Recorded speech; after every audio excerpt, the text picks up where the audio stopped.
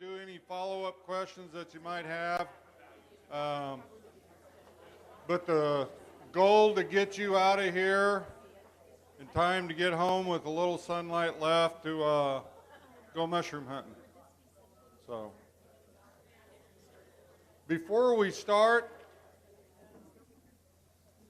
we want to give you an update on the summer's Impact Institutes.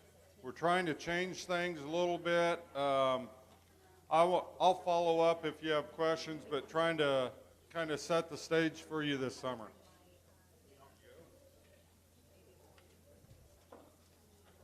Have my notes here. Stay over here. Hello, thank you all for the opportunity to come and share some information with you around the work that is being done towards the Impact Institutes. The Impact Institutes are formerly known as the Summer Academies. So Brad had asked for myself and Jessica, which we're starting a little ahead of time, so she'll probably be popping in any moment, to just give you guys an overview of the work that is being done at KSDE around the Impact Institutes and the changes that are being made, and just give you a feel for what can be expected for participants that attend the Impact Institutes this summer. First, I just want to share what movements have taken place in order to come to where we are now in planning the Impact Institutes. First of all, they have a new name, and the reason that they have a new name is because we are now working as a team across the Division of Learning Services to plan for the Impact Institutes. So previously, the Summer Academies was planned by the Career Standards and Assessments team, and the focus was on the standards and the implementation of those standards, which was absolutely necessary at the time that our state was at in the implementation process. Brad then charged leadership to get all teams on board and working together to plan a professional development opportunity for teachers that not only looked at the standards, but also the implementation of best practices and strategies across all content areas for all learners. And that's how the Impact Institutes came to be.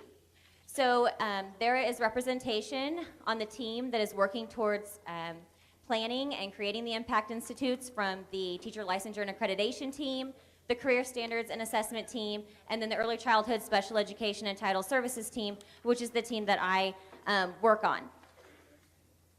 Once the committees were developed, then we had to come up with who would chair the committee. So I chair the program committee, working on all of the programming pieces for the Impact Institutes, and Jessica Nobo, who you will see here shortly, her and Tierney Kurtdahl are co-chairing the logistics committee, all of us working together. Next, I'm just going to share with you what planning has taken place and what the objectives are for the Impact Institutes. When we began planning for the Impact Institutes, we wanted to really listen to the field and the needs of the field. So we looked at survey results from previous summer academies, survey results from the KSDE annual conference, and we also looked at different initiatives that are going on already across the state, as well as questions that we field from teachers quite often. We began looking at a framework of where we could begin moving towards with the work that we were doing, and it made sense to look at the framework, the educational framework of the 5 R's, which many of us are aware of and are moving towards with relationships, relevance, responsive culture, results, and rigor. And as we all got to talking, we decided that we really wanted to focus in on relevance and look at strategies across all content areas that would help to implement academic, cognitive, technical, and employability skills. So that is where we were at in the planning, and that's where we chose to focus our energy. As for the presenters that will be presenting at the Impact Institutes, the team came together. We reached out to people in the field, different people across the agency, and we did an invitation for presentations rather than a call for proposals. So we have stellar presenters, and you can see who those presenters are by looking at the registration page on the KSDE website. that will be presenting. They are experts in the strategies and activities that they will be sharing.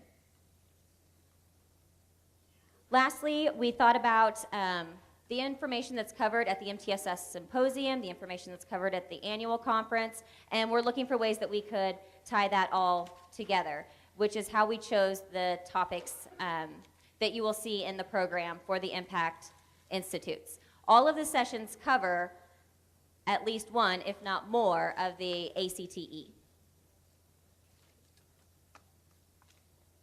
If you look on the website, you will see an overview of the program that will take place at the Impact Institutes. The Impact Institutes will last for 2 days, and they're happening at 2 locations, which we will get to here in just a little bit. Some things that I want you to notice as you look at the schedule, which is kind of blurry and hard to see, but there's a focus on student growth measures from the teacher's perspective.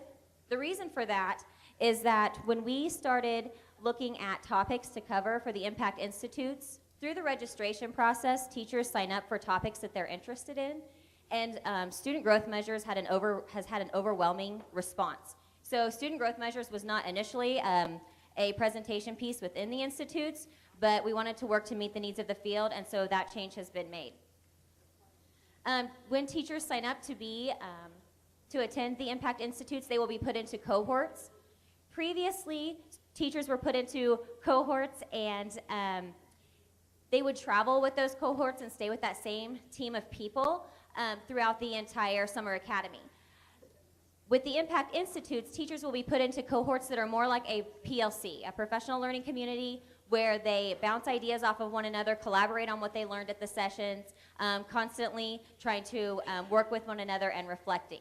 So they will have a group of people that they will work with on and off throughout the institute, but they will not travel necessarily with those same people throughout all of the sessions.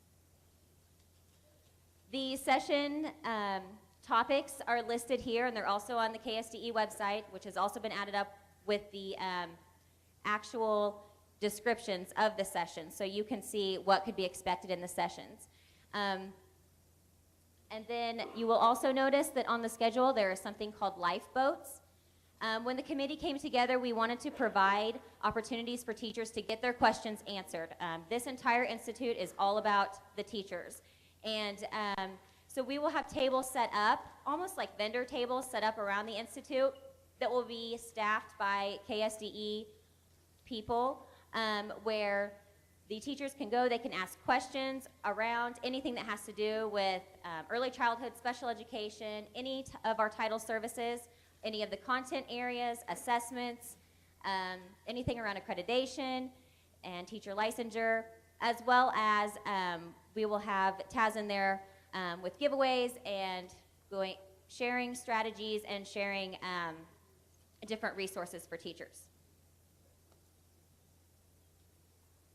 On day one, what you can expect that the teachers will work on is they will go to presentations. They will get to attend 3, and the presentations that the presenters will be giving will be 3 identical presentations. That way the same message is given to all teachers across all content areas. No matter which session you go to, you're getting the same information.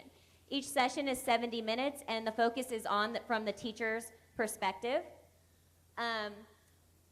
Constantly, it's on impacting student learning. So when we talked about below the tip of the iceberg, ICE stands for integration, collaboration, and effectiveness. So all sessions that the teachers attend, it's constantly, how can this be integrated across content areas? How can this be integrated across grade levels? How can this be integrated across all learning settings? And then how can teachers collaborate and reflect with one another? How do the students collaborate and reflect with one another? And how this all leads to effective practice. All of the sessions will be in a workshop approach, and then they are supposed to work to consider adult learning, so providing those opportunities to interact, to collaborate, to practice whatever the concept or skill is, and then to reflect on their own expertise and their own background knowledge on how they can impact students. The presenters are not necessarily experts in working with every type of learner. And what I mean by that is you will notice that we do not have separate designations, which I will get to here in just a moment, but there is not a separate session for special education, a separate session for ESOL, or anything like that. It's all learners, all in the general education classrooms, and the teachers reflecting and collaborating with one another on, oh, how could this be modified? Or what would I do if I had mostly language learners in my classroom? You'll see the questions here that will be attended to within the sessions on day one around integration, collaboration, and effectiveness, and then the differentiation piece. Again, everything is a focus on all learners, and all means all. Day two will look a little bit different. On day two, the teachers will have the opportunity to engage in roundtable discussions, facilitated conversations. And when we started talking about this at our program committee meetings, we talked about, as a state personnel, when we go out and go to conferences, we want to talk with other states, and we want to hear, what are you doing? How are you doing this?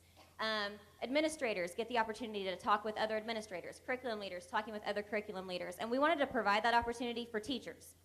And our thinking behind that was, in some instances, we have teachers that go into one district and they work in that district their whole entire life. Or you have some teachers that have transitioned through several districts and have a lot of background that they could share. So bringing all those different perspectives together to learn from one another. This is the tricky part in the planning. The roundtable discussion topics are being chosen by the teachers. So our presenters have been trained in facilitated conversations so that whatever conversation they are overseeing, they can keep it moving and moving in the correct direction. But we don't know, and we won't know until a couple weeks before the first institute what the conversations are going to be around, because when the teachers register, they're choosing what they want to talk about. What do they need more information on? So I kind of gave you an overview of how they were chosen. The questions that are being used for the facilitators cover objective, reflective, interpretive, and decision-making types of questions that allow the teachers to reflect. These are the current issues that the current participants that have registered are interested in. This list could stay the same. This list could change drastically, but this is currently what teachers are wanting to talk about, know more about, and learn from one another on. Lastly, the teachers will be creating what is called an impact plan. The impact plan will tie to everything that has taken place over the 2 days. It will tie to what they learn about student growth measures. It will tie to best practices. And what we're hopeful is that it will tie towards the goals that the teachers have for themselves in their professional learning. Okay, that's the program side, and I'm going to hand it over to Jessica.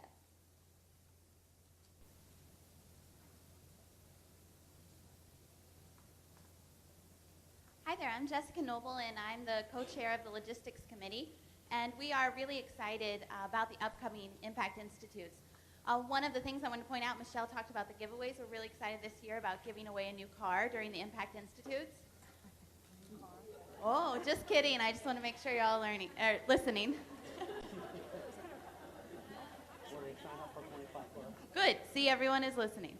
Perfect. So this year, we wanted to change it up a little bit from the way that the Impact Institutes have happened in the past, where you ask teachers during their summer break to come back to their workplace and have these professional development opportunities. And so we wanted to change it up this year, where we would change the setting so that it would feel more academic and it could feel more to them like they're going somewhere to have an experience, to have an actual professional development retreat where they could then bring it back to their school setting. So both of our Impact Institutes this year will be conducted in our universities. So the first one that you have the opportunity to attend, June 17th and 18th, is at Fort Hays. And then our second Impact Institute is going to be in Wichita on July 6th through 7th. Now, both of these Impact Institutes are contingent upon enrollment. We need to have at least 200 attendees at both locations in order to keep the dates going. And we'll decide that 1 month prior to each event. So sometime around May 15th, we'll be making the decision as to whether or not the Fort Hays event will continue, and then sometime around June 6th, we'll be making the decision for the Wichita State. So hopefully that won't be a problem, because the registration fee is only $25, which doesn't even hardly cover all the meals you get, because for both days you will receive breakfast, lunch, and an afternoon snack and we're really excited about working with caterings to have really good options for you. So the $25, we know that your budgets are tight and you're going to already have to pay for the mileage for the teachers to come, possibly for a hotel stay if it's a distance from your location. So we wanted to keep that cost really low for you to make it affordable for the teachers. We've also changed our policy around college credit within the agency. So before, when you go to events, we will have already pre-selected a university to provide you with that college credit. Now, all the events that we are conducting in the agency that we want to offer college credit for will be put out to the universities, and they may choose to offer college credit. So we know that we already have a number of universities who have taken advantage of that. It goes to all of our accredited institutes of higher ed.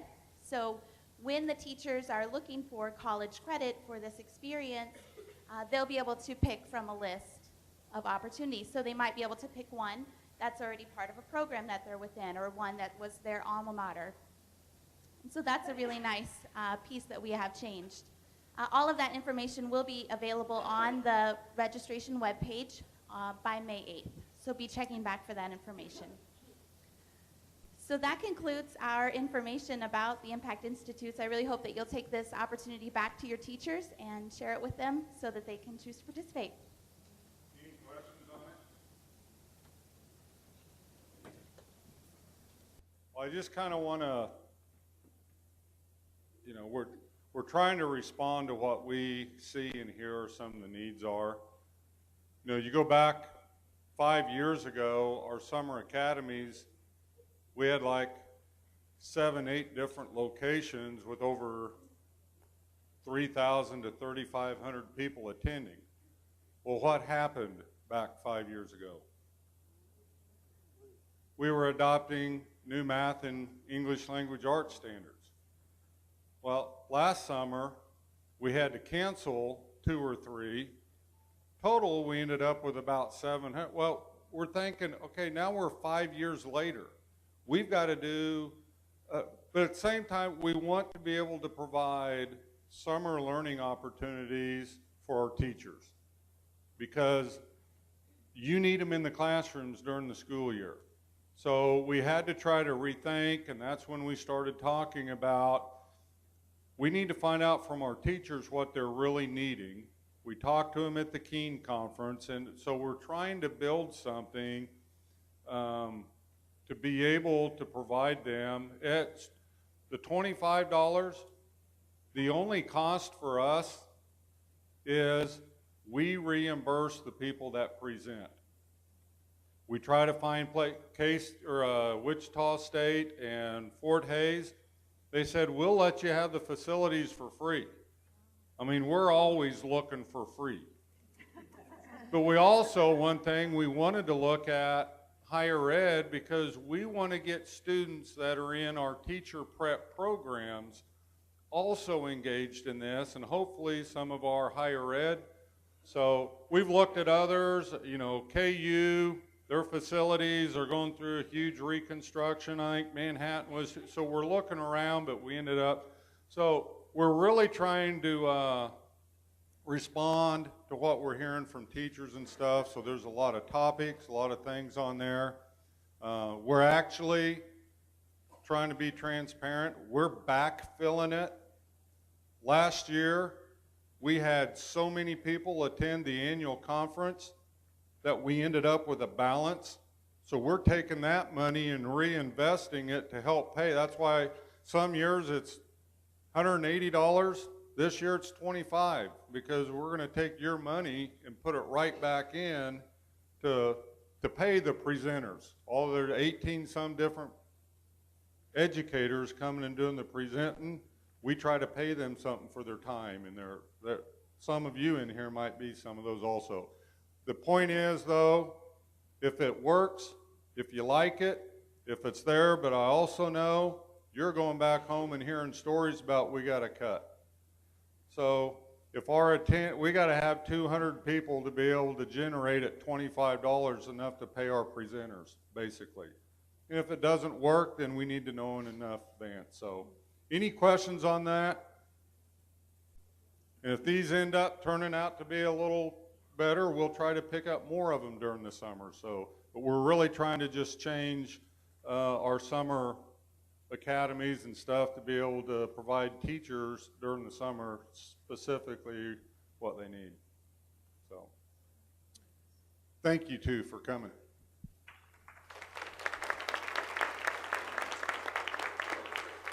All right, on the agenda, Jeanette. Good afternoon. My name is Jeanette Nobo, and I am the Assistant Director for the Career Standards and Assessment Services team. For those who do not know me, I want to end up, although I'm an old-timer, I've been here forever, so hopefully you do know me. I wanted to sort of set the stage a little bit in terms of what's coming up. We, at the last curriculum leaders meeting, I spent some time getting some feedback from you, answering some questions about professional learning around the standards. And we heard, we had the summer academies. We're trying to move a little bit differently around those. But we also still know that there's a lot of work in professional learning, that is needed, even throughout the year and others. And we're trying to sort of refocus kind of what we're doing and how we provide those services. So one of the things that we did last time was get some feedback from you with the understanding that we were going to send out a little bigger survey to answer some questions around what was happening around the standards, professional learning around the standards, and how you were implementing those. So for today, what we're going to do is Tony Moss has collected all that information. That survey has been closed. We've collected the information. We have analyzed it, and we wanted to provide you with that information.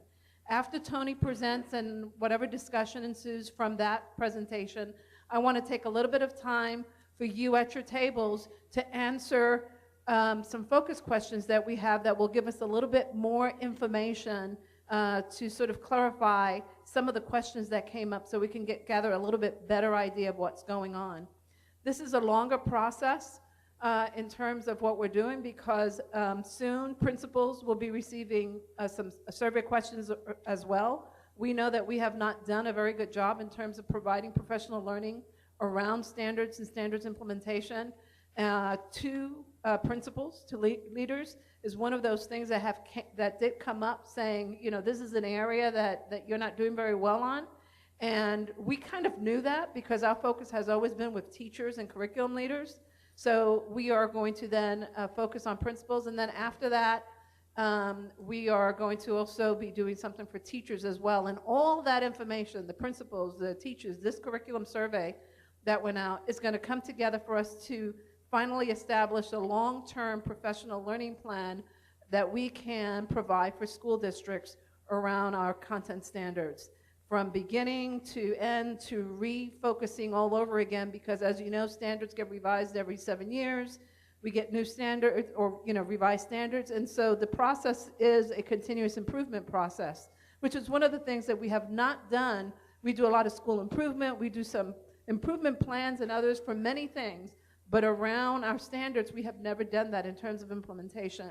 And so we're hoping that schools will focus on that a little bit more as well. So with that, I'm going to leave Tony Moss, who is our education program consultant in charge of research, with research and evaluation, and he has been helping us with the survey, putting the data together, and he wants to share then the analysis of that with you.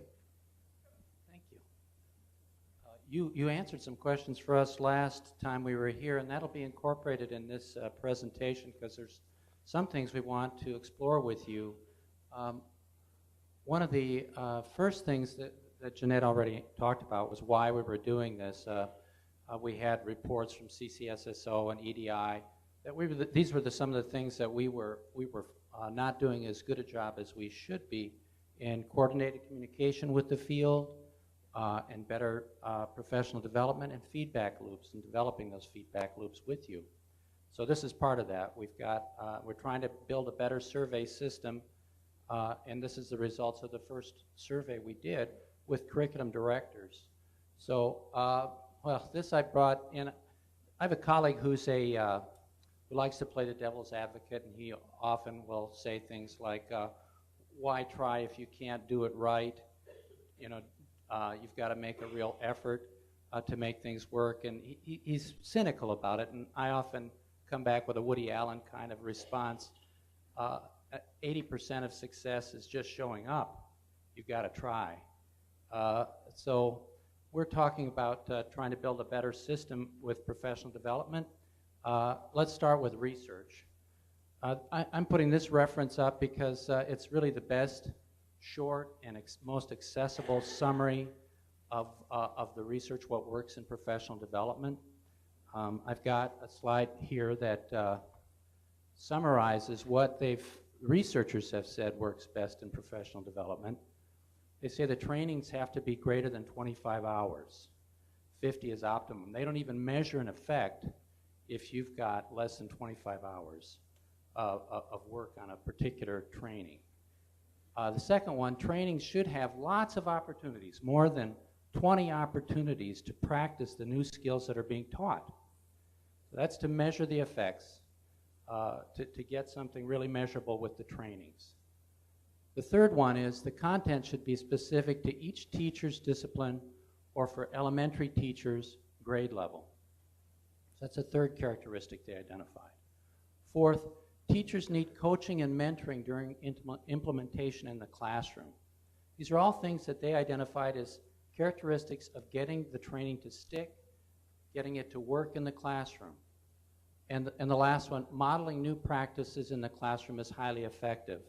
You know, see one, watch the mentor, perform it, share one, do a lesson or the technique together, and then do one on your own under guidance from the mentor or the coach. So these are the big ones that research has identified as being the characteristics of successful professional learning. So we'll come back to this because there were survey questions and responses that let us look at how well what you all are looking for aligns with these, and what we're providing, how well it aligns with these. So the big one, the big obstacle, and you'll see this in your own responses, is finding time for the coaching, teacher time for collaboration. We'll see that in the survey responses. One of the reasons it's really important to get the professional learning right is because it's one of the best responses, the most constructive responses we might have for these new demanding assessments that we have. Many places have demonstrated this. This data here is from Long Beach, the district. They really have their act together when it comes to professional learning. And they've gotten great results from it, but other countries have done this. Singapore gives all of its teachers 100 hours of professional development every year. Canada has done a great job of investing in its teachers and its professional learning, and they've gone from being mediocre performers to top performers in PISA. Okay, who responded to our survey? Well, mostly curriculum directors. We sent out to every district. We got about a 63% response rate. And many people could check all the roles that they had. So some of the respondents had many roles. And this is who responded. And it does add up to more than 100% because you have many roles. The first question was, in the last year, have you or a colleague reporting to you observed English language arts classes in your district? Over 90% are observing classes. In your observations, did the teachers structure opportunities for students to have conversations and develop arguments based on text? So about a third are saying frequently we're seeing that. I kind of looked at this as a measure of the confidence you all had in how effective or how comfortable your teachers were with these techniques. In your or your colleagues' ELA class observations, did the teachers create learning experiences that built knowledge using informational texts? So over 40% said frequently they were seeing that. Now to math, again, it's above 90% saying they were observing the math classes in their district. In your math observations, did the teacher link content within and across grades? Again, it's that pattern of about a third of them saying, yes, we're seeing that frequently. In your math observations, did the teachers structure class time for students to develop procedural skill and fluency in math operations? Very, very common. 2/3 were seeing this. In the math observations, did the teacher create opportunities for students to apply math to real-world situations? So it drops back down to about 40%,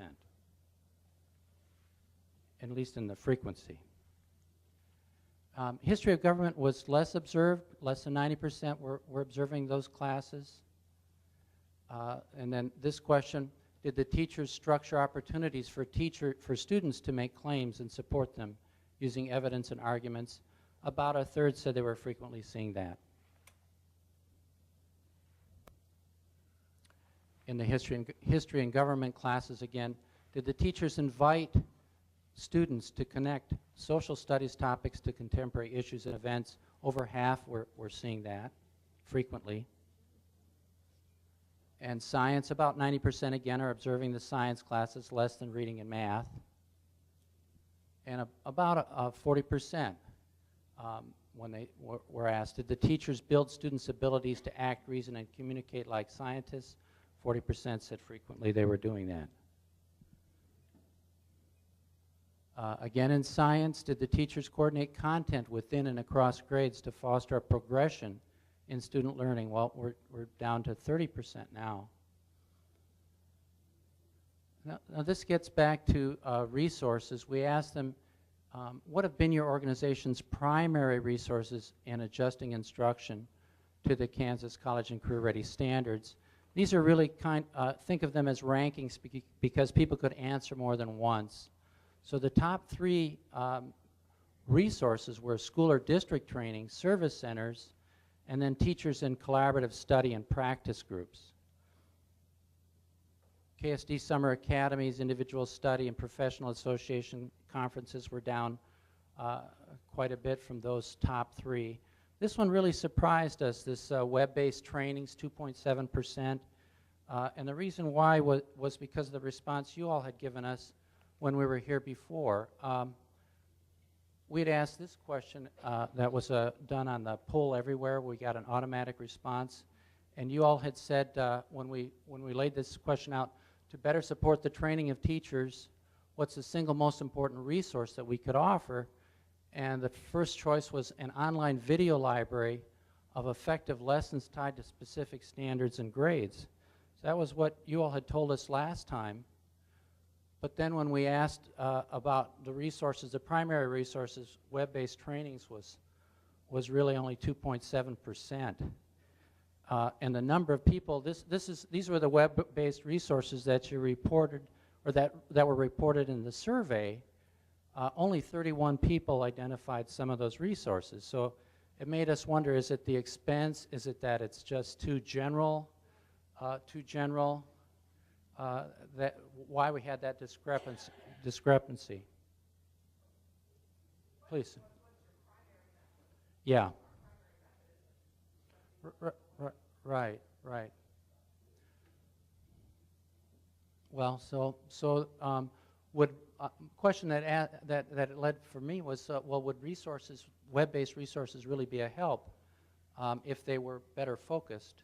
One of the issues is, and I even know, from the KSDE thing, it's one thing to talk about shifting to evidence and the ELA, which is a very huge shift we all need to make. Uh-huh. Common Core or the Kansas College Career Ready standards for sure. But if we want to dig down and find things on standards, a particular standard or standards bundled together out there, that's not as much a webinar stuff. It's still very much at this general level of shifting your math for more problem solving. And those are not unimportant, but I think what we're asking for is when you've got teachers who are sitting down looking at data and saying, we really want to see someone who does this thing with So some statistics that we're not used to. We want to see teachers very specific. Yeah. around the standards. That's the library, I think. At least in my mind, when I responded to that before. Okay. That's, I think, the disconnect in terms of what's typically out there and then what we need.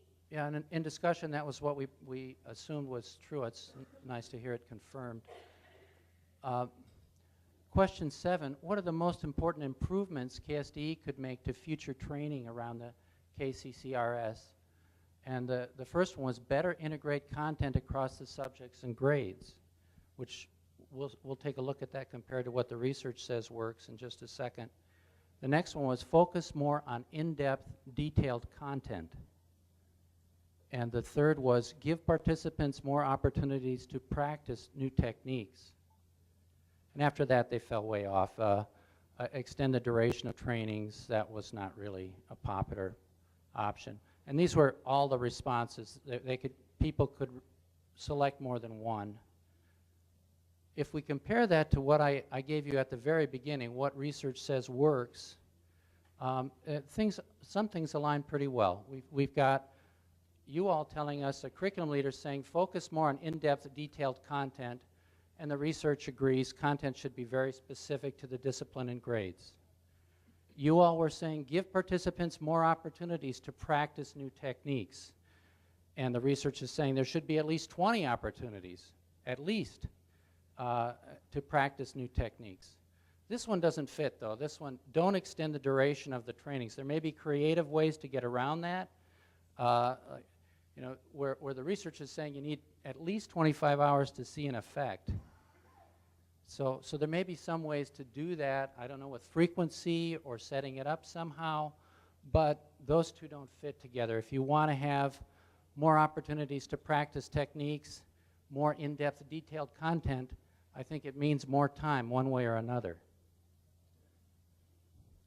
Better integrate content across subjects and grades. Well, I couldn't really find, it's not that it isn't true that that's very effective, but there isn't a lot of research on integrated curricula out there. So I couldn't say anything about that one. And the last one, which is, we'll go to the next question. This is really, I'm jumping ahead here, where you say we need more coaching and mentoring, and that does fit with the research saying that that's one of the most effective techniques, is having good coaching, good mentoring, and modeling new practices in the classroom. So question 8, in your district, what are the biggest obstacles to adapting instruction to the KCCRS? And the first one, which fits with the national data, what we started with, teachers not given time to adapt instruction. The second one, lack of coaching, mentoring, or high-quality training. And the third, lack of resources and funding, and those all kind of fit together. The rest falls. It's kind of reassuring that we didn't see that there was much reporting of lack of principal support or lack of staff or community support. Those were negligible. So that, in a way, is reassuring. On average, in your district, about how many hours per week are teachers given for the following activities? So collaborative planning for aligning curriculum, 1 or 2 hours was the most common response. Content-focused trainings around the KCCRS, well, 0 was the most common response. Lesson planning aligned with the KCCRS, 3 hours or more for that one was the most common response. In-class coaching focused on the Kansas College and Career Ready Standards instruction, that was at 0. So that's all of the slides. Do you all have questions or comments? That I think we've got some focus questions, is that right? So anything about the slides? I'll pass it over to Jeanette for the focus groups if you don't have any questions related to the survey. Okay. Okay. A lot of, we spent quite a bit of time taking a look at that and trying to determine what could this mean, what does it mean, because you ask a question, but whether or not the question is really getting to what we're wanting to ask. A lot of it brought just about some more questions for us. And so what I wanted to do was spend at least a short amount of time, about 20 minutes if possible, with some focused discussion on some follow-up to kind of the survey in terms of the questions.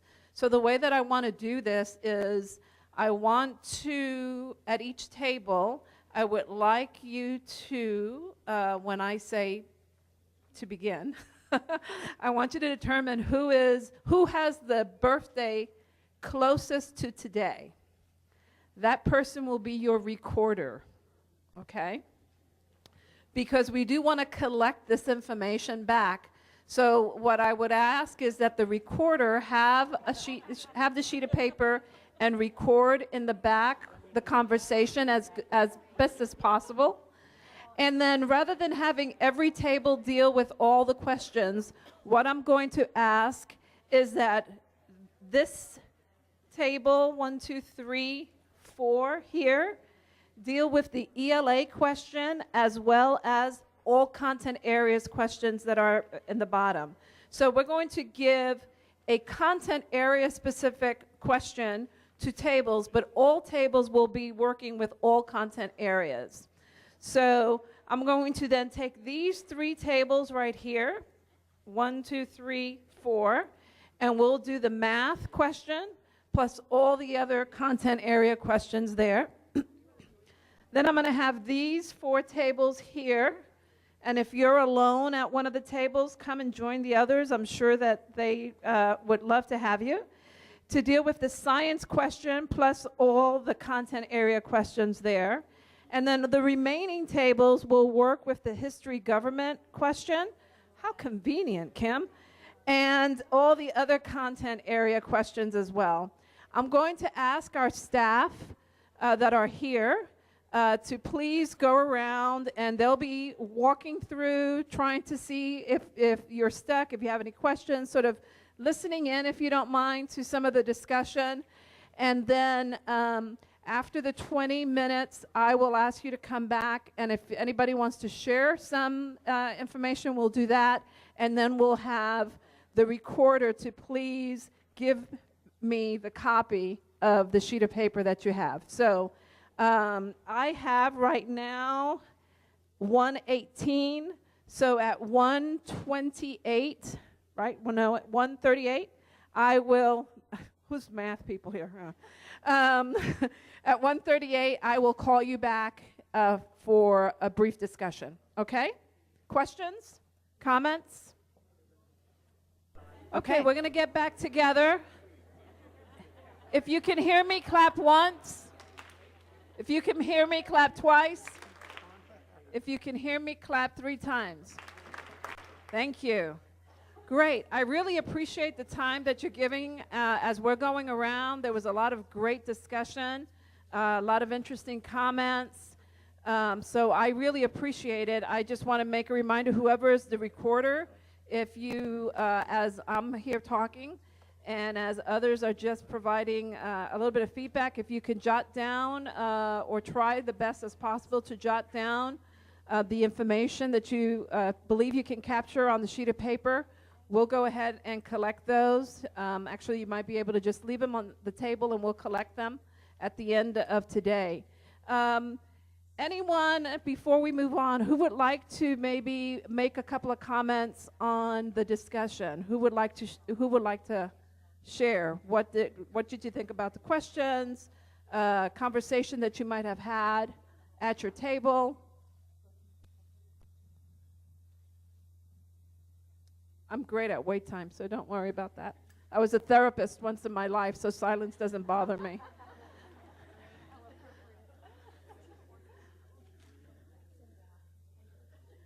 Did I hear somebody was speaking here at the table? I guess. Okay. We won't do that. All right. Well, hopefully you've captured. We're going to use that information and put it all together. As I said, we still have 2 more surveys that we're going to be putting out to the field. And all of that information will lead us to do our own implementation plan for professional learning around standards, assessment, and curriculum instruction implementation. So we really appreciate your time. If you have any ideas as well as what we can do, just send me an email. Our email at the State Department is our first letter, last name at ksde.org, and we do welcome your feedback. So please send it to us. Next, we have Jay Scott with Career, Technical, and Education. Thanks. Very nice. Is this working? There we go. Like Jeanette said, thank you, Jeanette. My name is Jay Scott. I'm an Assistant Director, Career Standards and Assessment Services team. Does anybody know what that means? Good, I don't either. So as we move forward today, I do work a little bit in the CTE space. Just want to give you a quick update on some things with CTE. And we're going to start off with a quiz. All right, here we go. And your responses are going to be very lengthy. They're going to be true or false. Okay? All right, and whoever shouts it loudest could be the winner. True or false, block grant funding removes CTE weighted funding. Roar, roar, roar. Who said true? Who said false? You ready? Oh, this is a de-stress ball. De-stress ball. Oh, Matt, I'm sorry.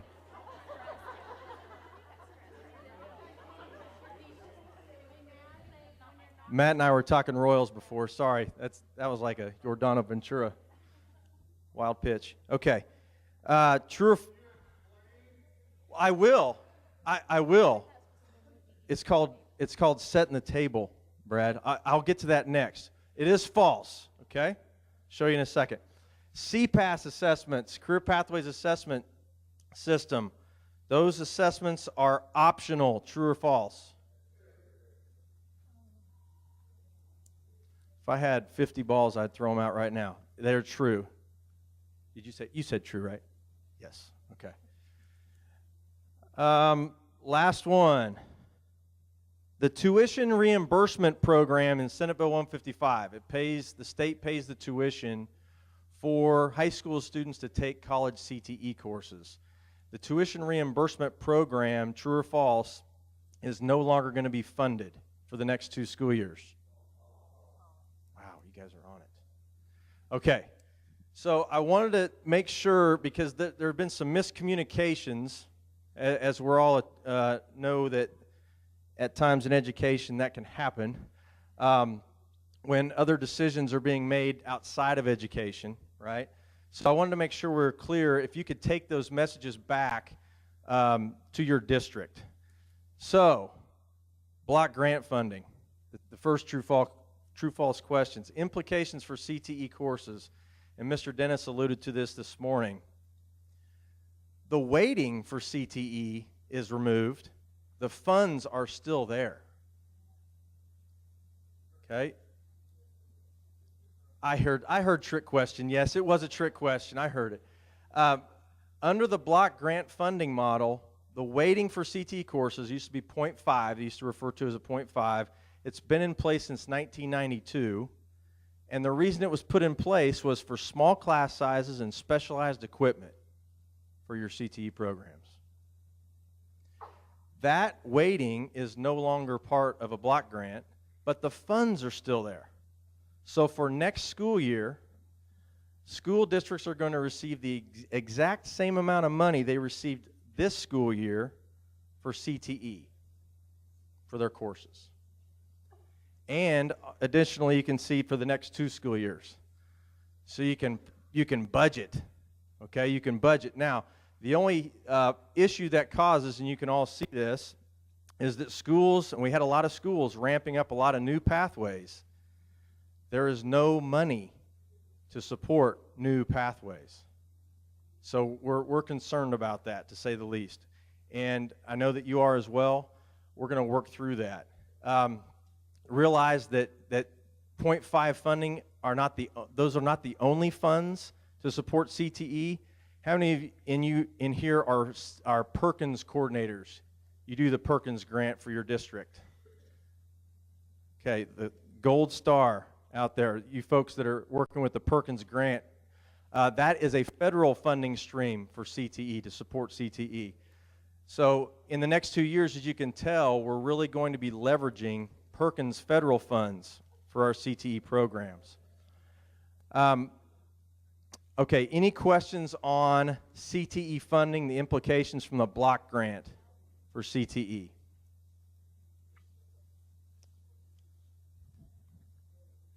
Now, we have been discussing this quite a bit across the state, and mainly what we've heard are people saying, well, we're obviously not going to start a new pathway knowing that the funding is fixed for the next couple years.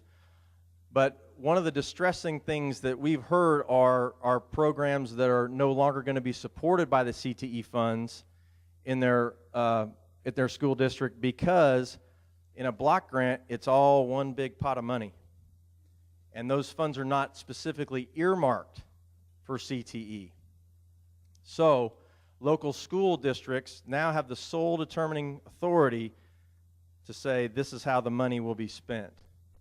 So, but we've been telling school districts that have those kinds of questions is stay the course. Focus on the quality of your pathway, because it's a 2-year gig. And yes, we're all concerned about what, after the 2 years, what the new funding formula will look like. But CTE in Kansas is very strong, very vibrant. I just got back from Washington, D.C., and just know that CTE in Kansas is highly respected. We do a great job. We have a good national reputation, and people were asking me what's going on in Kansas, but they're only listening to the Jon Stewart show, you know, those kinds of things. So they don't know what the real work that you all do, they don't know about that. So keep it up, stay the course, okay, as we move forward. All right, CPAS. They are optional assessments. Very well done. You can register students and generate tickets, same process as the state assessments. Okay, now, to date, we've had about 800 students across the state take the general CTE, which I'm really happy about. We think that's a good assessment moving forward. Some of you are familiar with it, some may not be. As we move forward, I think, especially when you talk about an assessment for employability, for leadership, it's a really good assessment for that. So we'll talk more about that. I just wanted to show you all the process for the rollout of a CPAS assessment. It's a pilot, then it's operational. We have standard setting in the summer after it's an operational test, and then the score reports are distributed. That's the process for CPAS, and I've got a timeline I'm going to show you here in a second. On the horizon, we're excited about this, performance assessments with CPAS. CCQs, another acronym, yay. Career competency qualifications, they are performance assessments. So for instance, next week at one of our ag competitions up in Northeast Kansas, students are actually going to be doing, as part of an FFA event, they're going to be doing a CCQ in how to administer a shot. Not on an actual livestock piece, I don't know. So, okay, there's a timeline. I know that's hard to read, hard to see. So, but the general CTE, you can see that the pilot window has ended. It's operational this year. Score reports will be available July 2015. The CCQs for the general CTE, spring 2016. Still need to pilot those. And some of the schools in here are helping with that, so we appreciate piloting these assessments. And then you get into the specific end of pathway assessments, comp ag, animal systems, plant systems. These are specific to a pathway. Naturally, they will occur after the general CTE assessment. And these are good. A good timing for these tests are when students complete a pathway. We feel like they're really good technical skill assessments as we move forward. And I'll let you take a look at that diagram as we move forward. Any questions on CPAS? Yes?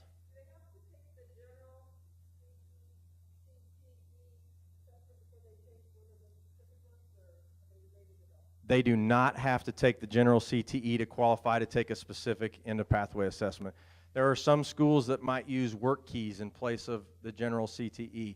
The general CTE, again, is, now the only difference between the general CTE and work keys They are different tests in that the general CTE has math and reading questions aligned with our Kansas College of Career Ready standards.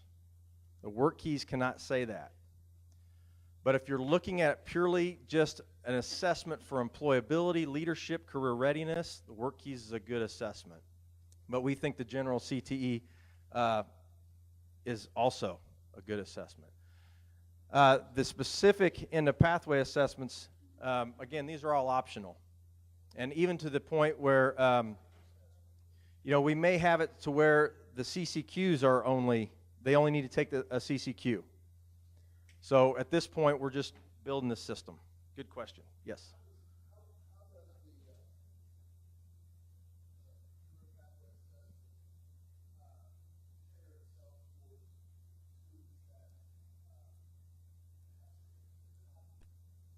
Okay, the question is, are you talking about the general CTE assessment or any of these? Any of these tests, do they have accommodations built in for students with disabilities? With significant cognitive disabilities.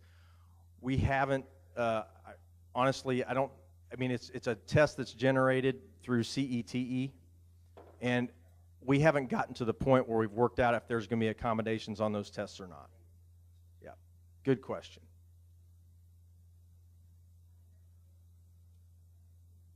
Recommendations for assessments for students with. The question is employability type tests, assessments for students with severe disabilities.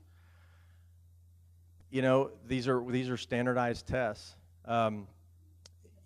Really we're pretty limited right now with employability type tests. There's a lot of development going on with those. Work keys is one that has a large presence in Kansas.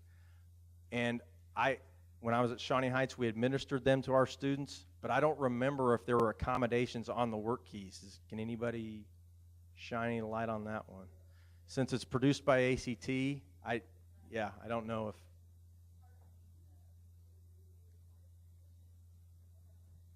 Right.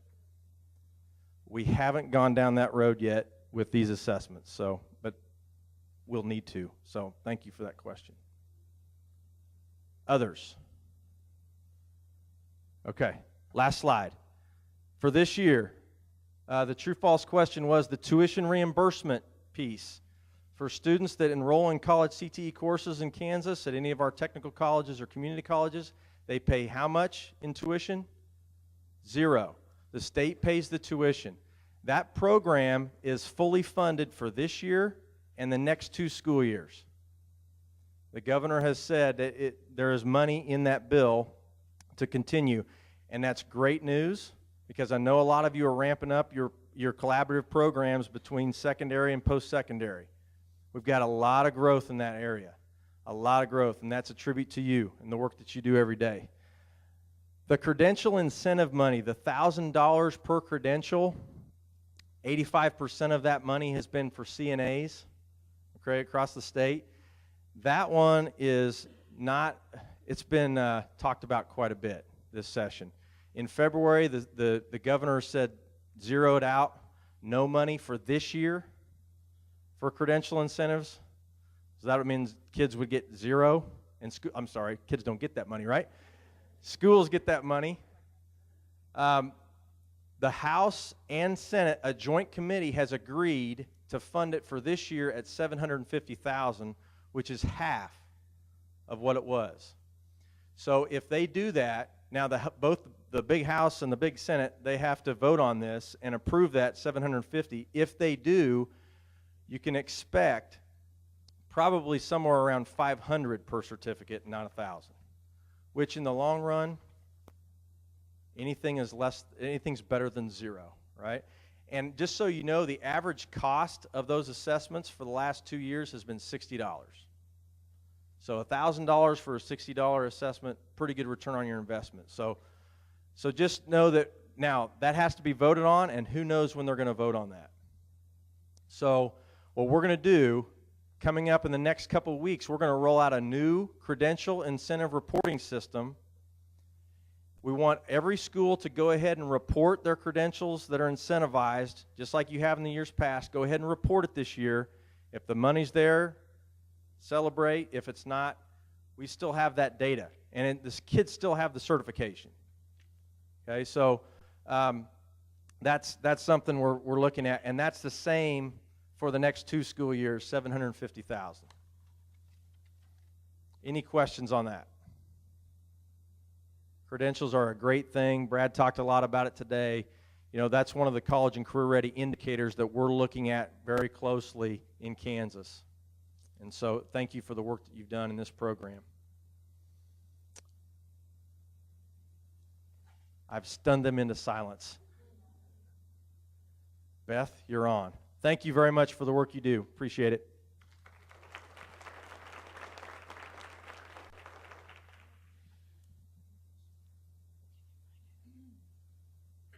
Okay, well, my name is Beth Fultz, and I am also an assistant director on the Career Standards and Assessment team. Mostly I work with assessments and accountability, and I just wanted to share some information with you today, and also a little bit of how we've talked about as a team that we might be able to use this opportunity when you meet to share some information with you. So you'll notice that we changed things up a little bit this afternoon in our presentation and really tried to focus more on the curriculum. Our team, say with 3 assistant directors, we're kind of divided between academic content, which Jeanette would probably take the lead on. We all can answer questions on all this. We have the career and technical that Jay's just talked to you about, and then the research group. You saw Tony show some evidence of what we do with research today, assessments and accountability. Then we have a group of assistants that support our work. So our idea was that each time, if there was time on the agenda, that we would just highlight a few staff with what they do, so you kind of get to know what our work is, and then spend a little bit of time maybe on a particular one.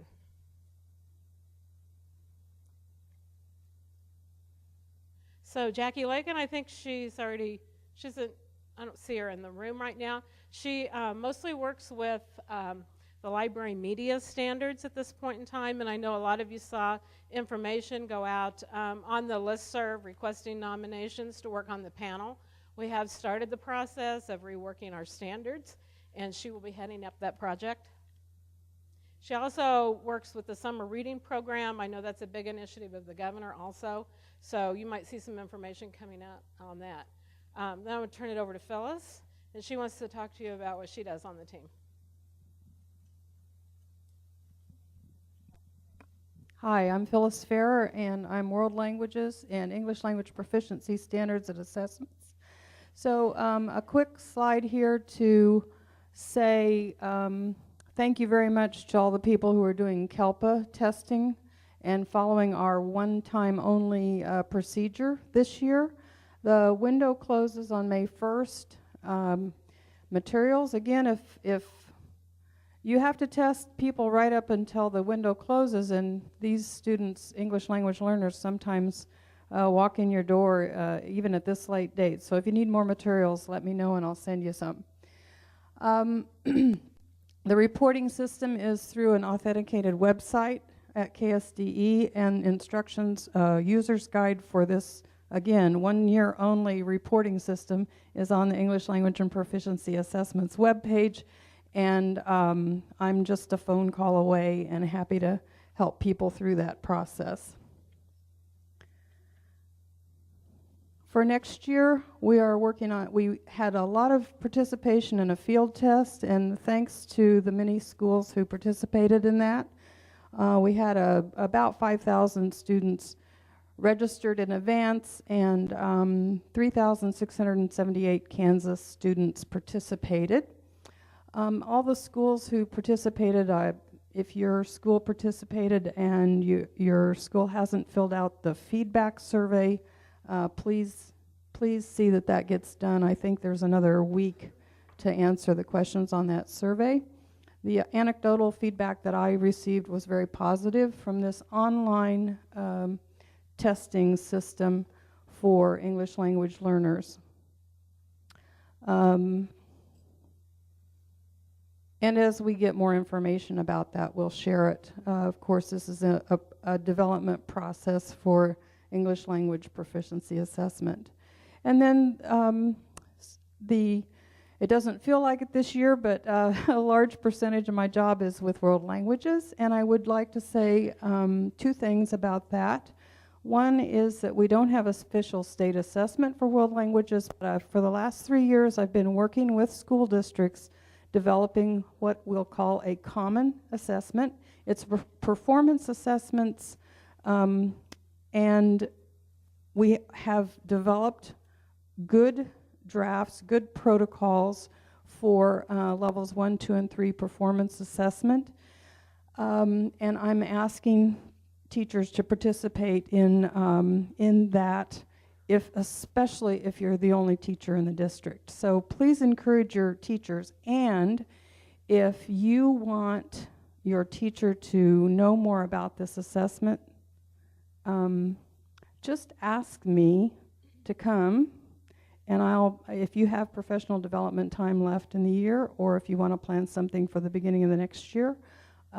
We had a very successful workshop in Newton simply by Newton teachers taking the initiative and saying, Professional Development Day coming up, Phyllis, can you come out and do a workshop with us? I said, only if there are 10 of you. They said, there's 4 of us. I said, get some neighbors. They collected neighboring schools, and I put out the word that it was going to happen, and we had 25 teachers attend that workshop this November, and I'd love to do that again. So let me know if you want to host a workshop on Kansas benchmark assessments for world languages. And then we will be gearing up to review standards starting this summer and into the fall. So I will be recruiting for that very soon.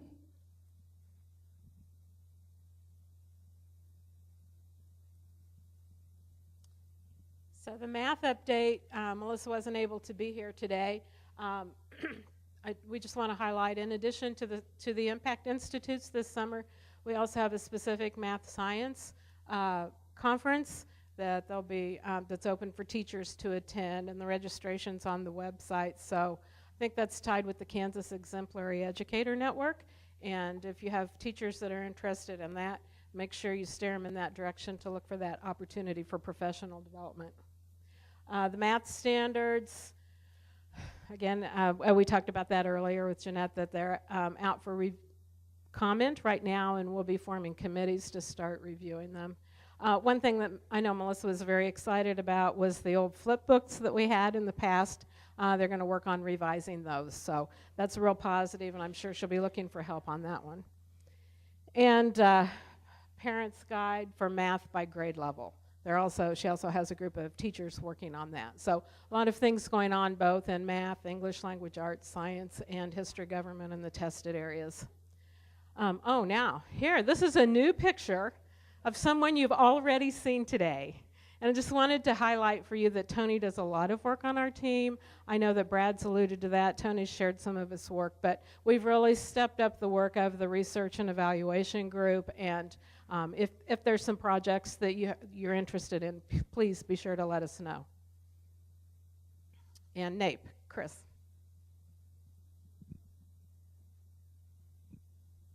Hi, I'm Chris Shaw. I'm the NAEP consultant in international assessments. There is a new release that just came out on the nation's report card. It's for vocabulary, which is a subset of the reading. It's very interesting. If you're interested in example items for vocabulary, you can go to the nationsreportcard.gov website and look at those items. It also shows desegregated groups, and then the actual words and how they played out across those groups, so the words that were in the vocabulary assessment. I think it has some instructional implications for ELA, and I'm all about ELA, so please visit that website. And there's my contact information if you have any questions about NAEP or any of the international assessments. Okay, so now we've managed to make it be 2 o'clock, and we haven't even talked about assessments yet today. That's a good thing, right? Trying to shift the focus and emphasis. We're halfway through the testing window. So far, so good. I know a lot of you have some comments that you would like to share with us. And so on your table, there are 3 handouts relating to assessments on your table. The first one is an assessment feedback form. This will also be on our website. I don't have the link for you right now, but it should be up before the board meeting next week. And so what we would like is to collect as many comments as we can in writing, so we'll have some documentation of specific problems that you're having. Now we need to know your school. We would also like to know what type of computers you are using when you test, because there's still some issues, as I understand it, with Chromebooks that might not be happening with the Microsoft products. So that's important as we start going down the technology problems with KITE and the administration of the assessment. So we've broken the feedback form into 4 parts: technology issues, test administration issues. We know there have been some problems still. There always are every year with tickets, reactivation, re-enroll or restart. I've learned a lot. Lee was gone for a few days attending another conference, and I had to field all the calls, and I know that we need to work on our manual and make the table of contents a little bit better anyway, for those of us that are looking for answers. Content, if you have some content-specific questions, it would be a place for you to offer your comments, and scoring.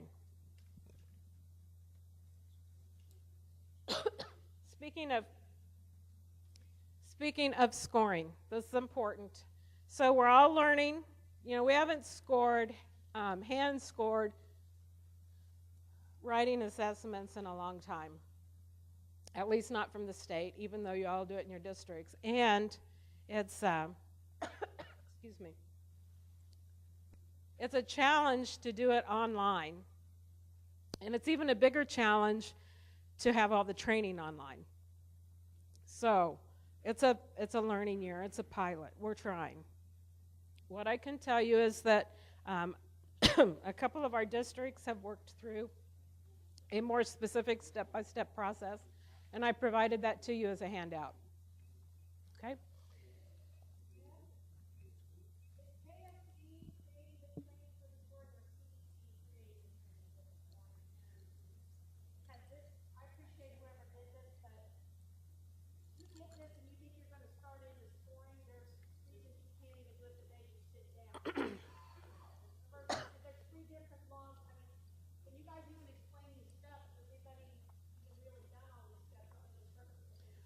I have.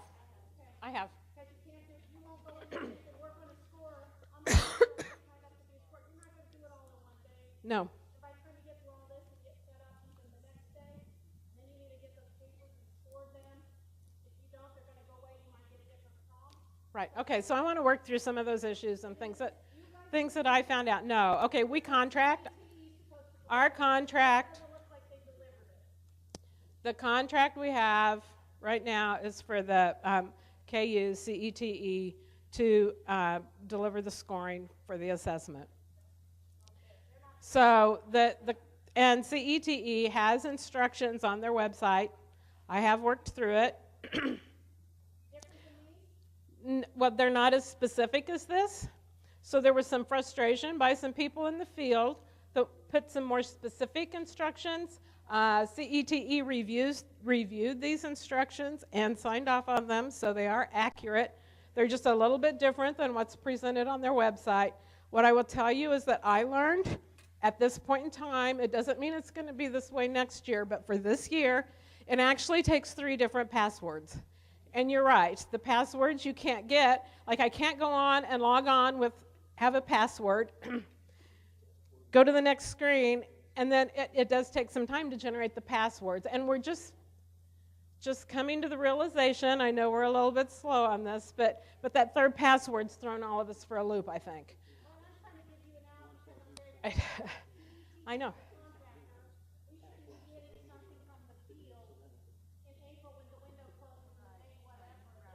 So we're working through the problems.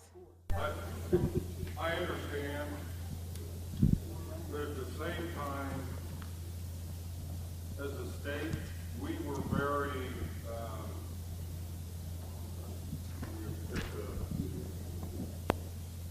our board made a decision, which I think was the right decision. We handed CETE a hardball. And I think it was the right decision. But up until just recently, CETE was not going to be doing it. Remember, we were with Smarter Valley. No, but Brad, that's been a couple of years ago. You're Not right. like just recently. I mean, that's been. Well, okay, but we're getting there and we're working on it. But CETE was only going to develop an interim for 1 year, Right, which was last year's test. right. So about a year and a half ago, all of a sudden CETE's got to do our whole thing. We're creating it all, and so we understand and we're with you and we're working with them, but we asked CETE to lift the mountain, and I think that they're doing the best they can. Well, we asked our teachers to let down and if you can't come out better than this, then we're erring on the wrong side of this. But CETE shouldn't have taken on something they can't deliver, Brad. Or at least, or say you can't and let us wait. Yeah, say you can't. April 1st, no joke, it's gonna be ready, and I sit in front of 70 people. I understand, and we're, All they have to do is say, it's new passwords, or the February 27th deadline did matter, which no one said that either. I know. But the 27th didn't matter because I've had people after that ask to score, and they have now been okay to score. Now, Right. when did you find that out? That was this Yes, I know. I'm on board with you, but like once you get past the non-disclosure and once you get your log on, I just emailed someone. Now I'm the district testing coordinator, so I'm at a different level than where my teachers are. I haven't met with them yet to start. I waited and held back because I had a feeling this was probably going to happen. So we took a step back and waited. Now I'm getting ready to meet with my teachers next week to tell them how to walk through this whole process because, no offense, last year we were ready to go and nothing happened. And this year we were ready, and I feel like the test has been pretty good this year. It's been really well. But I wasn't ready to go there with scoring because I didn't want the darts thrown at me. What size is your district? What? What size is your district? We're 3A. Yeah, there's people sitting out there, they're the only one in their English department. what my point I'm trying to make is, I'm not making apologies for CETE, but at the same time, I don't want to club them because they are doing the best they can for Kansas, and they've been there for us. So we're trying everything we can to get it there, and we will. But what I'm saying is, sometimes I feel bad because CETE, out of good faith, said, you know what, this is going to be extremely hard. We've been your partner for over 30 years, and we'll deliver for you. It's just, it's heavy lifting for them, but they're going to get there. So, but I don't want to, I hear everything you're saying, and we're doing everything we can, and I know they are too. But I don't want the appearance that they're not capable. It's just they're doing something that they was not even on their radar a year and a half When ago. someone from the field has to do this, Brad, it makes it look like they're not capable. Their directions are there. You can go through them. There were just people that wanted more. I want to say also that part of the issue is that we haven't, so everyone understands we're all on the same page here. Scoring is voluntary. Okay, so so it's voluntary. We can't force anyone to do it. The second thing is we have a whole range of what voluntary means.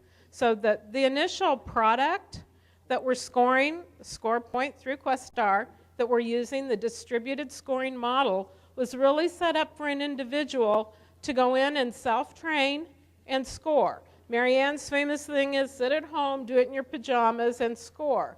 That's a lot different than bringing a group, a whole room full of teachers together for a professional development day, thinking you're going to do district scoring with this model, do some kind of training, and have everyone to get on and score. We're trying to do a lot of different things with a product that was intended to be delivered to the individual. Now, You're going to ask me, do I think we need changes for next year? Yes. Do I think we need, I would have liked to see a little more direction. I think I would have liked to seen some voice with the PowerPoints, or maybe some of the training videotaped, but we aren't there this year. All we can do is take what we have, try it, see if it works. If everyone gets on and score, they get through the training, and after they score 3 and the prompt changes or the task changes in math, and no one logs back on, that'll be a big clue for what we do next year. The other thing you need to understand about the difference between this year and next year, this year we piloted the prompts for the next 8 years because we told everyone we're going to pilot all the prompts, and then every year when we use a prompt, we will release it. Next year, there won't be the changing in the prompts because that's the one we're all going to be scoring. So it's different this year than it's going to be next year in that sense. It's the same way with the math tasks. After it's used, it's been exposed, everybody knows it, we're going to release it. So this year is different, and this year is a pilot year, and we have to learn and we have to make it better. And I have full confidence that we will make it better next year. Kim, this isn't addressing any of your real questions. I will say, though, that in the interest of being transparent, the main issue at work here is a subcontractor. It's Questar. So, and again, this is going to sound like an apologist for CET, and it's not. You said, well, it's been a year and a half. Well, how long did it take us to move from computerized assessments such that everybody was 100%? And this is just on a static test that was machine scored. Well, it took us from 2003 to 2008. So I'm going to have to agree with Brad. I mean, did the board know what we were doing when we said, obviously they knew what they were doing in terms of making the right decision. But did we understand at the time the implications? Because CET wanted Smarter Balanced. Who wants Smarter Balanced? First in line, CET. So what do? Well, we have faith in you. We want you to build this. Do you say, no, don't have faith in us? I think your point is well taken. At a certain point, we need to come forward when we have questions about what we can have ready and when we can have it ready, and I think that's where we are right now. But the screws are being tightened in terms of, and the other real issue is testing writing with human scores. I think I've said publicly a zillion times, I don't know how we're going to pull this off next year. 10 years down the road, and we're still struggling with testing writing with human beings, but it's still in the standards, right? It's still there. So I have absolute confidence that we're going to move forward next year, and this is going to be better. It doesn't change the fact that there are a lot of pains right now in terms of, hey, I didn't know that I was going to need 3 logins. And Beth's absolutely right. This was not designed with the idea that everybody would come in a room and this activity would be orchestrated or choreographed.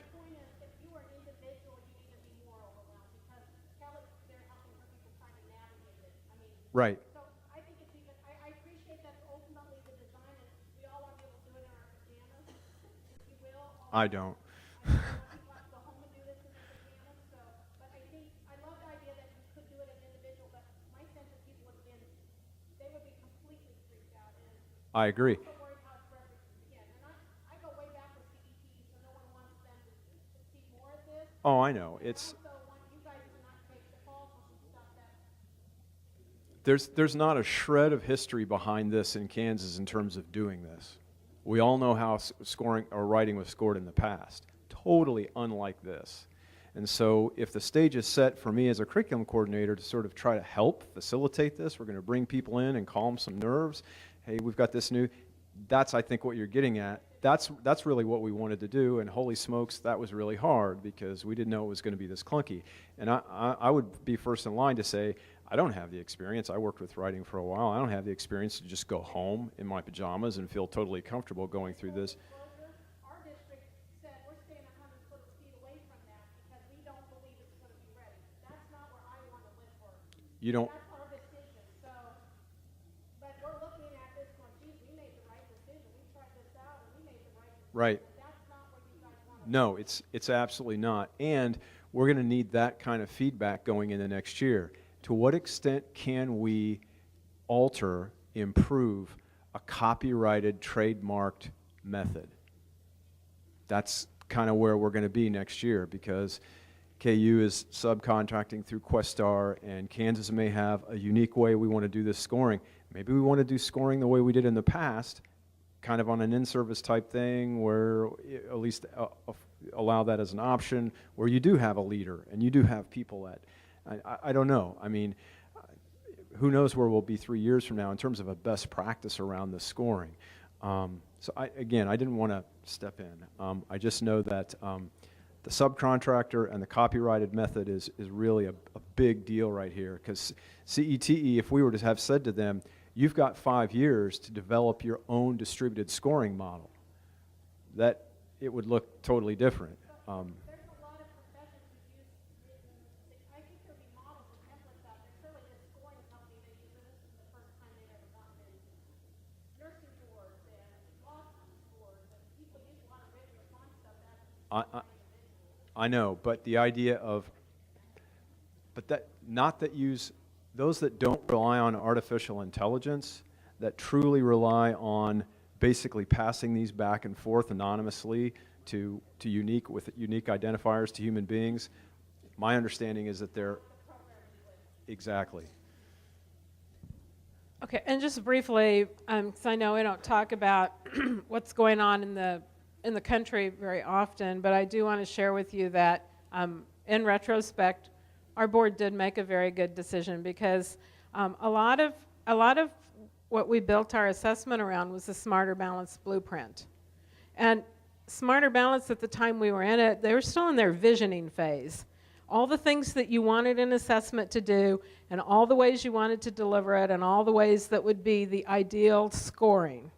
So in reality, what's happened is that all the states, because states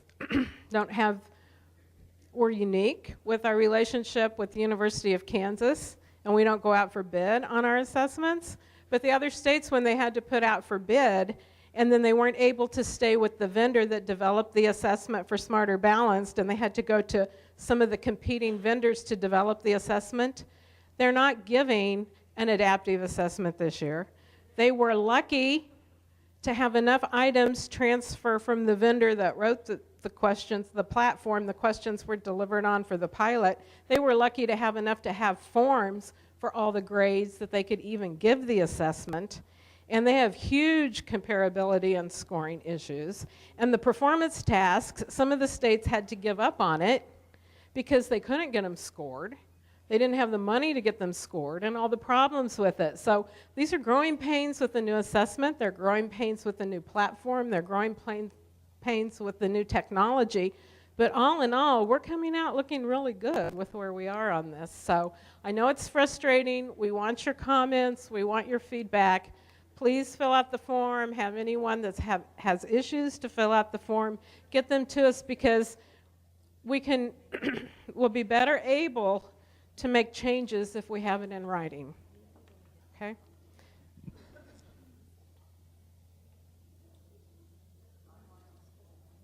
No, just this summer. I mean, we'll be collecting information all the way through. We're going to, once the window closes in May, the machine scored items will all go through the psychometric work that needs to be done. We'll bring a committee of teachers together mid-July. I've given you a nomination form. It is on the website. The link is here. We would like you to nominate your teachers, your best teachers, the teachers that have worked with the standards, the teachers that teach the standards in the classroom, that can come in and look through the items, go through the standard setting process, and make the initial recommendation on what the score should be for each of the performance levels. Very, very big job, very important job. It will take 4 days.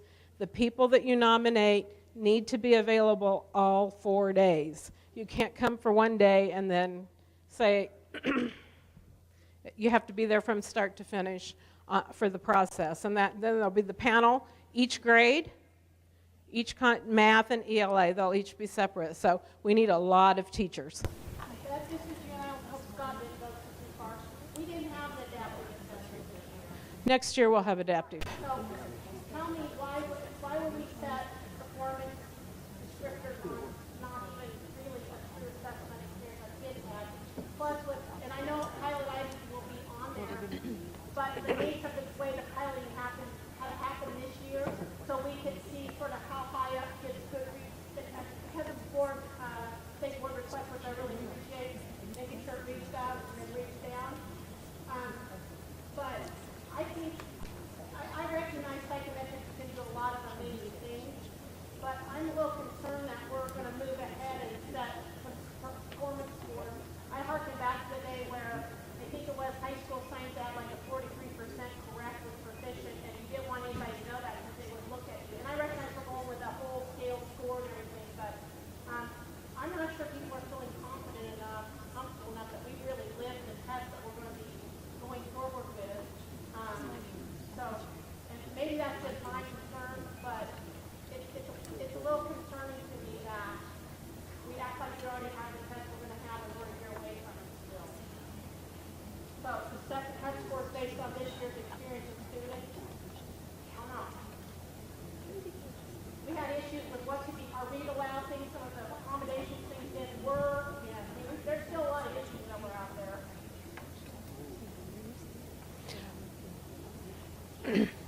I mean, we will share the methodology with you. We'll share the process with you. And ultimately, if the board agrees with your decision and they want to postpone it, it'll be their choice.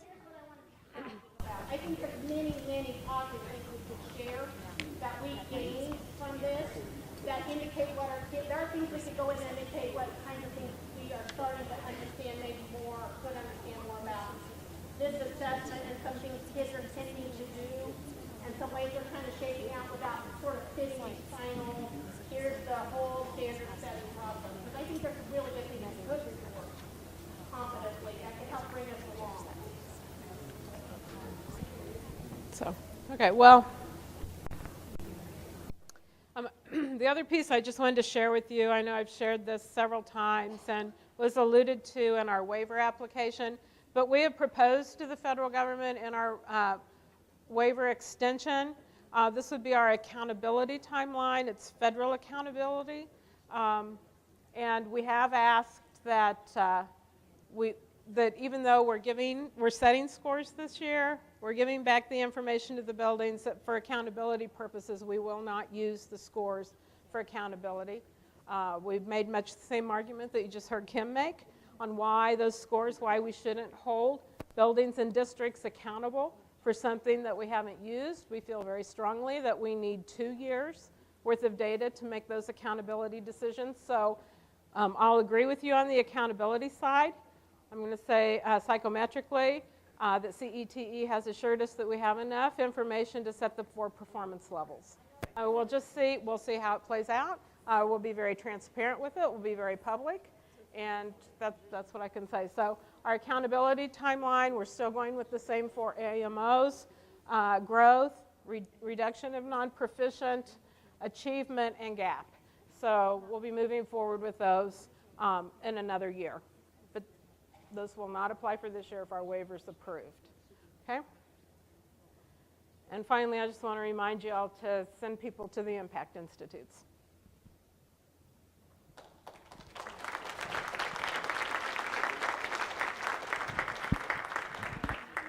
It is 2:27. And you guys are still alive and awake. All right, I was going to spend the last part of it just saying, what's on your mind? What questions do you have that we haven't or you need follow-up on, whether it's, yes? I would just have a request. We hear from you guys, which I really appreciate, that BLM has been a big, big issue stressor in my district this year. I'd really like to have Beth come to curriculum leaders meetings, and we would have an opportunity to debrief with her as well. And I know you take stuff back. Okay.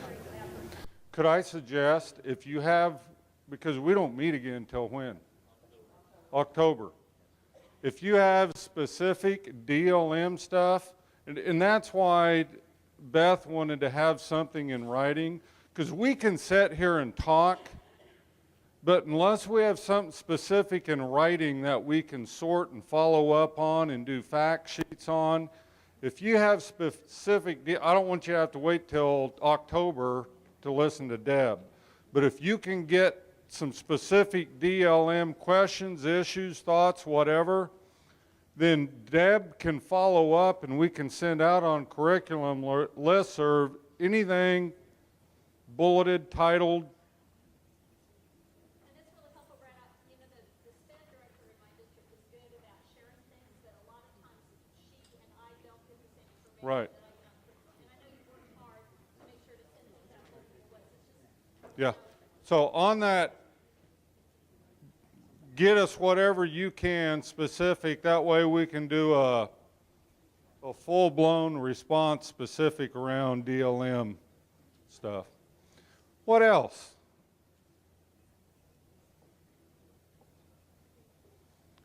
I know there's a lot going on.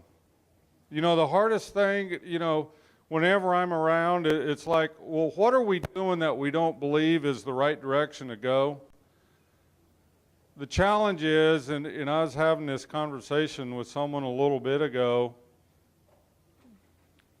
that mentoring, raise your hand if you don't think mentoring is a good thing. It's just, it's not funded anymore. But guess what? Neither is your professional development. There's still in statute that you pay $1,000 for national board certified teacher, and the state will pay $1,000. I think that lasted 1 year. So let's just keep trying to move forward in what's best. We'll keep trying to pull back. I don't know of a state that tries to give more options or be as more flexible and less prescriptive, but at the same time, I don't want to stop. But, you know, we held out. The one thing we did have, we do control the throttle on, and that's an accreditation model. We've been working on this back when it was, I think it was Tom Foster, Julie Ford was still a director at the State Department, Pam Coleman and Colleen. We were meeting in my living room, hashing out, you know, that was like 4 or 5 years ago. But a little over a year ago, we said, you know what, with everything going on, let's slow that one down, try to catch up. But we're ready to hit back because things, when the ESEA, if it gets reauthorized, we want to define it. So you guys do an awesome job. We appreciate you coming to town. The last thing I want to say is this is your meeting. So if there's anything that we want to do as far as format or whatever, we send out agenda requests, items, but if there's any way you guys would like to restructure this day when we come together, we're up. We don't want it to be turn into something that all you do is sit here and listen to us talk, unless that's what you really value. But if there's other things that we could do, we're all up because this is really your meeting. We just get to hang out with you. We're having a conversation yesterday about 8th graders taking Algebra 1 and not getting high school credit for high school graduation in 8th grade. And then one of the guys was saying that they heard rumors that you're going to be able to get high school credit in 8th grade to count towards graduation requirements. Well, here's the issue, and yes, it was kind of a rumor. It's up to you, you know, you issue credit. The problem is certain credits are part of qualified admissions. And when you get into the area that 8th grade math doesn't count towards, that's a Board of Regents rule. And we are working with Andy on trying to break down some of those barriers around that one that's a specific topic. Because we have 21 certain credits to graduate. but they also happen to align with the Board of Regents qualified admissions curriculum.